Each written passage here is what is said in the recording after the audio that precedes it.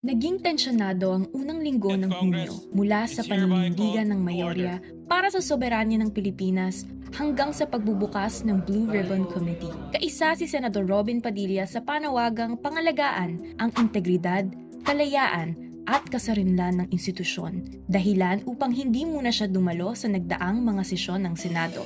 Gayunpaman, hindi natigil ang kanyang pagtatrabaho. Inihain niya ang Senate Bill No. 2236 o Leader Act na naglalayong gabayan at protektahan ang kabataang Pilipino laban sa krimen, droga at disinformation sa pamamagitan ng pagtatatag ng mga leader center sa buong bansa. Pagsapit ng Huwebes, binuksan ang pagdinig ng Blue Ribbon Committee. Sa gitna ng kaguluhan, kumilo si Senador Padilla upang masiguro ang ligtas na pagpasok ng 18 ex-Marines na inaasahang magbibigay liwanag sa mga usaping may kaugnayan sa flood control. Nananatiling tapat si Senador Robin Padilla sa kanyang tungkulin, itaguyod ang kapakanan ng bayan, pangalagaan ang integridad ng mga institusyon at tiyaking walang hadlang sa paglabas ng katotohanan.